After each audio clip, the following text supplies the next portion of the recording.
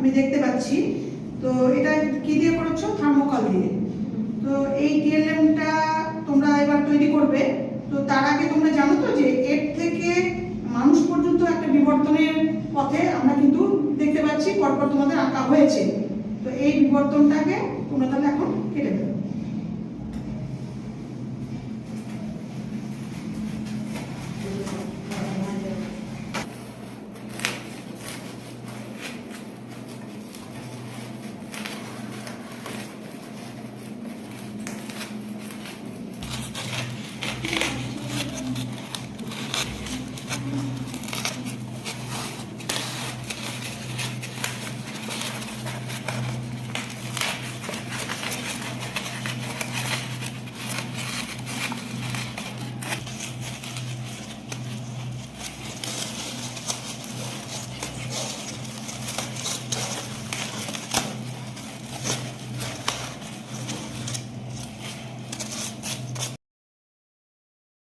আমরা কুতুব মিনার বানাবার চেষ্টা করছি। এটা বানাতে গেলে তোমরা কি কি কি নিয়েছো?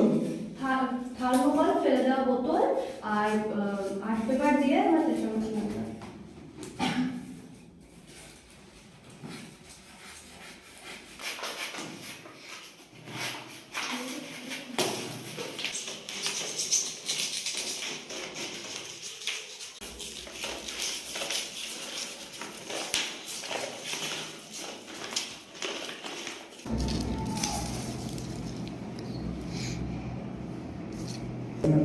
তোমরা একটা কুতুব মিনার বানিয়েছো। কুতুব মিনার হচ্ছে যে দিল্লিতে অবস্থিত একটা পুরানো স্তম্ভ বা মিনার।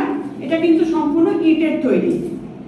এটা 1193 খ্রিস্টাব্দে কুতুবউদ্দিন আইবক প্রতিষ্ঠা করেছিলেন এবং 1386 খ্রিস্টাব্দে এটা ফিরোজ শাহ তুগলক এটা শেষ করেছিলেন।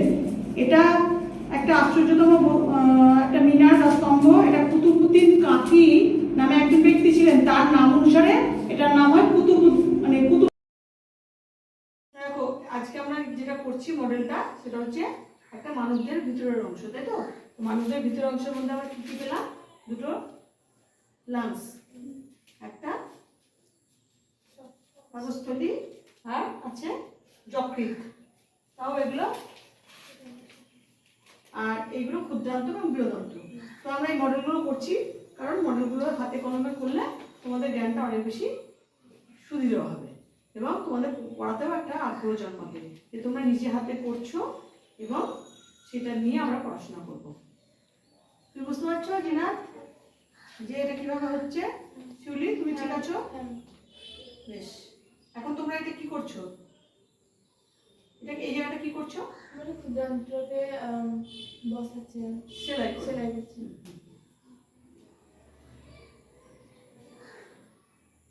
তার মানে আমাদের শরীরের ভেতরে এগুলোই আছে, আমরা এগুলোই পড়বো এবং জানবো।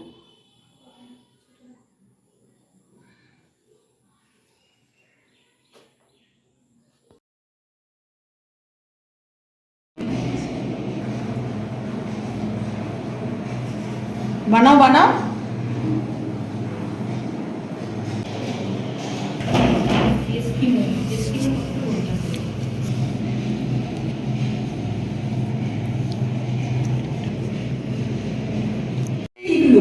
ইগলু হচ্ছে মেরু অঞ্চলের একটা বরফ কেটে তৈরি একটা এস্কিমোদের একটা বাসস্থান।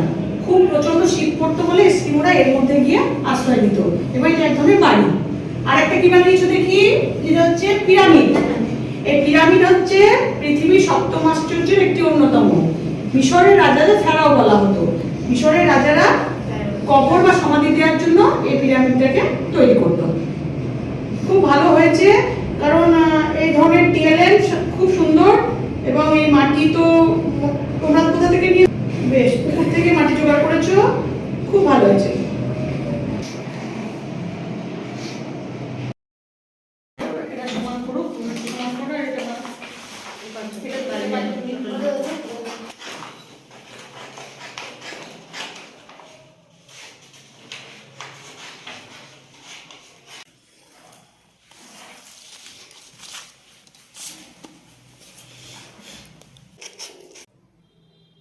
তোমরা তাহলে এই একটা দুটো সার্কেল দিয়ে একটা ঘটনার বর্ষ। তোমরা যদি এখানে দেখো, তোমরা নিজেরাই বানালে 1946 খ্রিস্টাব্দে কি হয়েছিল, তারপর তুমি 1946 খ্রিস্টাব্দ ওখানে বার করো, 1946 খ্রিস্টাব্দে কি হয়েছিল।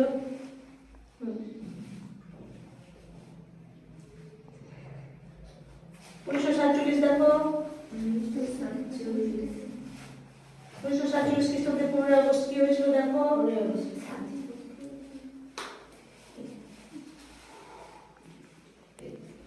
স্বাধীন ভারত রাষ্ট্রে জন্ম হয়। তাহলে দেখতে পাচ্ছ তো, আমরা এদিকটা দেখছি সাল, এদিকটা দেখছি লেখা, মানে একটা সালের সঙ্গে গুরুত্বপূর্ণ ঘটনা। তো এভাবে যদি আমরা ইতিহাসটাকে পড়তে পারি তাহলে কিন্তু সে পড়াটা কিন্তু অনেক বেশি মনোগ্রাহী হয়ে উঠবে এবং খুব সহজে সবকিছু বুঝে যাবে। দেখো 853 সালে তুমি কি বের করলে, কি হয় বলো আর ভালো ভালো। ভারতের প্রথম রেলপথ স্থাপিত। হ্যাঁ, তাহলে এটা বুঝতে পারলে তোমরা 853 সালে ভারতের প্রথম রেলপথ স্থাপন হলো। এটা খুব ভালো হয়েছে, আমার বেশ ভালোই লাগলো, তোমরা ভালো বানিয়েছো।